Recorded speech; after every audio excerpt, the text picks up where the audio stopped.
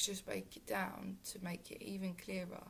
If you're sitting with an abused, incarnated version of Creator that is a child, but you're saying, oh, I'm going to kill those bastards.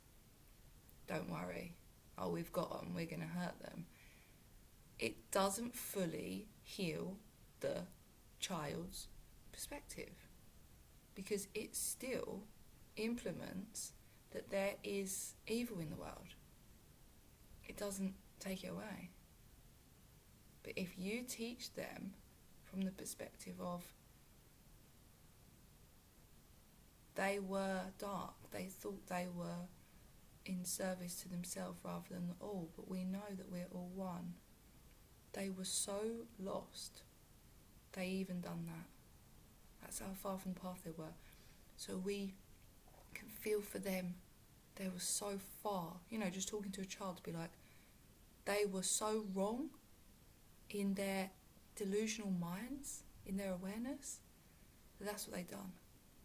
Like, they are away from everyone, but they are in deep, deep psychological warfare with themselves, because we've told them we're all one, and they're not escaping wherever they are until they realise they're one. But we all realise we're one. So you're now safe in a world that realised that we're all one. There is no separation. You will never be alone again. You will never be alone again. There will be no single person that would ever do anything to you, because they know that you are them and they are you. This is a world where everyone is a family, and the people that you were with didn't think that, and that's why they done what they done. That nourishes and nurtures and heals, just relieves the child to be, but what if this other thing happens? Because if you live in a world where you're intending there to be separation of dark to light, then you're creating separation even in the mind of a recovering, abused perspective, that you have to want to be able to give them the oneness perspective to heal them. That would be your highest intention, the highest possibility for healing, of saying you are now part of everything else and there is nothing that can hurt you, because there's no pain that exists in oneness, in community.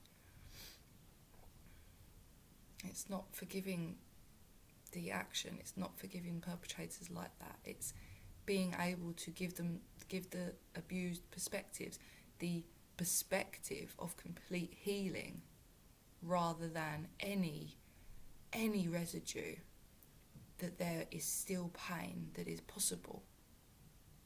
You see, there's no pain possible. And guess what?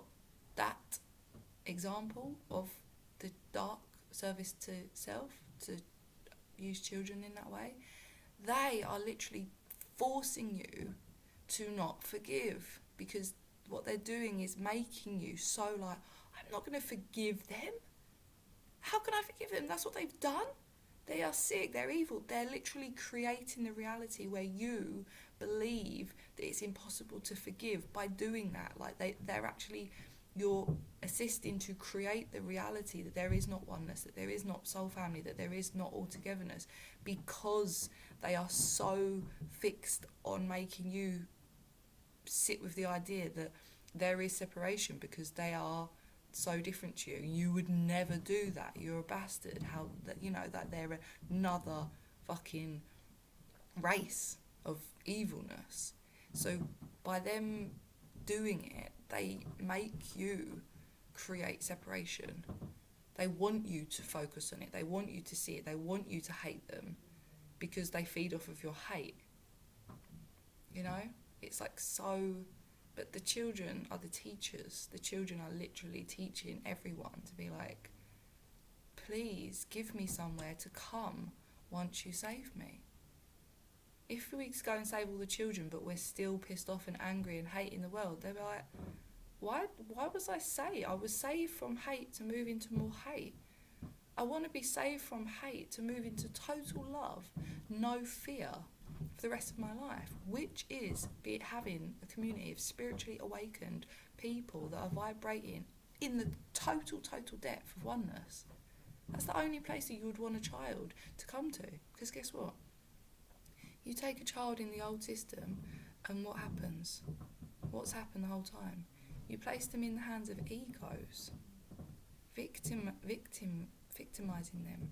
Yeah, trying to heal them, but the story's still there, isn't it? We know what happened to you. No, when you come into the now, what do I teach? That you rewrite the story and your past doesn't define you. So you have to have people giving them the recovery period of oneness where you say, yeah, oh, your past has, no, nothing to do with you. That was what was created for you. Now you create it. Say whatever you want about your past. And we do the deep brain surgery. And we allow those neurons to wake up and those neural pathways to move. And move out of those memories. You have to see that New Earth is the whole embodiment of change on an entire species level. And that there's no space for hate. Because if you want the worst thing to stop, but you still bring them into a situation where there's hate, you haven't done the best job that you can. You have to move them from full hate and full abuse into no abuse whatsoever. And that comes with a spiritually awakened community, an enlightened species, which we obviously now are. So I really hope that has helped the perspective, and yeah, I